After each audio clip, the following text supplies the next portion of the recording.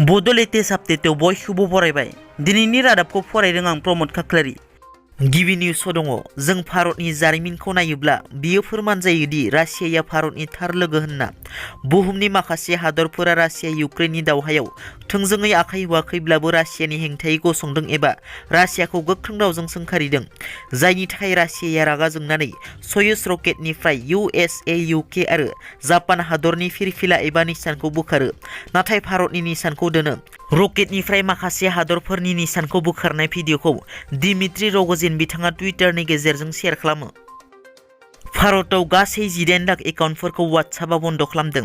वाट्सएपनि गाइडलाइनखौ सिफायनायनि थाखाय वाट्सएपआ थांनाय 1 जानुवारिनिफ्राय 31 जानुवारिसिमनि गेजेराव भारतआव गासै 18,50,000 एकाउन्टफोरखौ बन्द खालामो।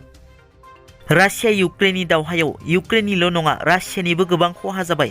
रासियानि खहा जानायनि हिसाबखौ इउक्रेना होदों।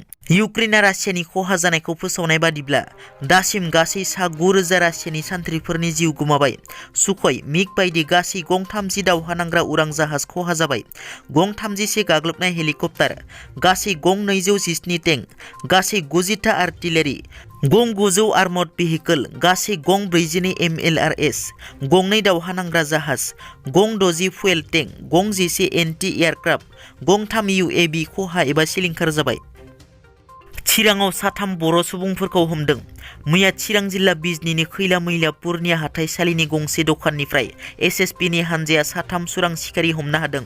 मैया 15 BN SSB नि हानजाया सिग्रोमनायाव खैला मैलानि पुर्निया हाथाइसालिनि गंसे गलानिफ्राय 3 सुरां सिखारिफोरखौ हमनो हायो। हमजानाय सुरां सिखारिखौ 2 नं थाइगिरगुरि गामिनि 56 बोसोर बैसोनि बुद्धिराम बसुमतारी, 18 बोसोर बैसोनि दिसेम्बर बसुमतारी, 17 बोसोर बैसोनि तुजुरस बसुमतारी होनना सिनायथिनाय जादों। हमनो हानाय सुबुंफोरनिफ्राय 100 किल'ग्राम गोरान बनगुरु बेदर, आखाइजों बानायनाय गंसे सिलाइ, थर 8 गुलि, गं 2 बोरलानि थिर बायदि मुवाफोरखौ मोननो हायो। रासिया इउक्रेननि दावहायाव बुहुमा खावनै बाहागो जानायखौ नुनो मोन्दों। रासियाया दिनै हारसिं नङा, बुहुमनि माखासे हादरफोरा रासियाजों गसंदों। बुहुमनि 141 हादरफोरा इउक्रेनजों गसंदों आरो रासियाजों बुहुमनि 40 हादरफोरा गसंदों। बिनिनो 5 हादरा थोंजोङै रासियाखौ मदद होदों आरो 35 हादरफोरा थोंजोङै नङाब्लाबो सिरियै मदद होदों। भारतआबो UNGA आव रासियानि हेंथायै भट होआलासै रासियाजों गसङो। लोगोसे चाइनायाबो मदद होदों रासियानो। एसिया हादरमानि गोहोगोरा हादर चाइना आरो भारतआ रासियाजों गसङो। बिनि अनगायै बांलादेश, पाकिस्तान, श्रीलंका, इरान, काजाकिस्तान गासिबो रासियाजों गसंदों। बेल' नङा, साउथ आफ्रिका, सुदान, कुवेतआबो रासियाजों गसङो। बिटिआरनि बायजोआव थानाय बर' बिजोंनि फरायसालिफोरा जोबस्रांनायनि लामायाव। लखिमपुर जिल्लानि सिङाव थानाय सिमलगुरि दखरानि बर' गुदि गेजेर गोजौ फरायसालिफोराव असमिया रावजोंसो फोरोंनाय जायो। मख'नो गोनांदि बे ओनसोलाव बर' बिजोंनि फरायसालिफोरा गं 12 दंब्लाबो गं 4 फरायसालियाव बर' रावजों फोरोंनाय जायो। बिनिनो माखासे बर' गुदि गेजेर आरो गोजौ फरायसालियाव असमिया रावजोंसो फोरोंनाय जायो। सिगांनि समाव गोबां बर' फरायसाफोर दंमोन, नाथाय 2011 मायथाइनिफ्राय बर' फरायसाफोरा खम जालांदों।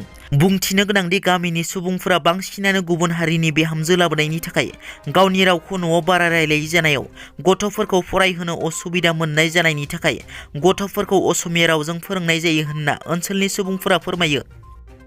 इउक्रेन रासियानि गेजेराव दावहा सोलिबाय थानाय समावनो रासियानि फरेन मिनिस्ट्रिया बेरफुसार बिबुंथि लाखिदों। जुदि थामथि मुलुग दावहाया जामारोब्ला बियो निउक्लियार एबा पारमाणिकजोंसो जागोन होनना रासियानि फरेन मिनिस्ट्रि सार्जेई लाव्रभ बिथाङा बुंथियो। मन्थ्रि बिथाङा मस्क'आव फरेन मिडियानि गेजेरजों बे बिबुंथिखौ लाखियो। रासियानि हादरगिरि भ्लादिमिर पुतिना रासियानि निउक्लियार सान्थ्रिफोरखौ गोजौ सांग्रां जानो बिथोन होनायनि माखासे साननि उनावनो रासियानि मन्थ्रिया बेबादि बिबुंथिखौ मैया लाखिदों। मख'नो गोनांदि रासियाया बुहुमनि देरसिन निउक्लियार एबा पारमाणिक हाथियारनि हाथियारसालि होननाबो बुहुमनाङै मिथिजायो। दिनैनि रादाबा एसेनोसै। नोंथांमोना जुदि आंनि चेनेलखौ दासिमबो साबस्क्राइब खालामाखै, अन्नानै साबस्क्राइब खालाम। गोजोन्थों।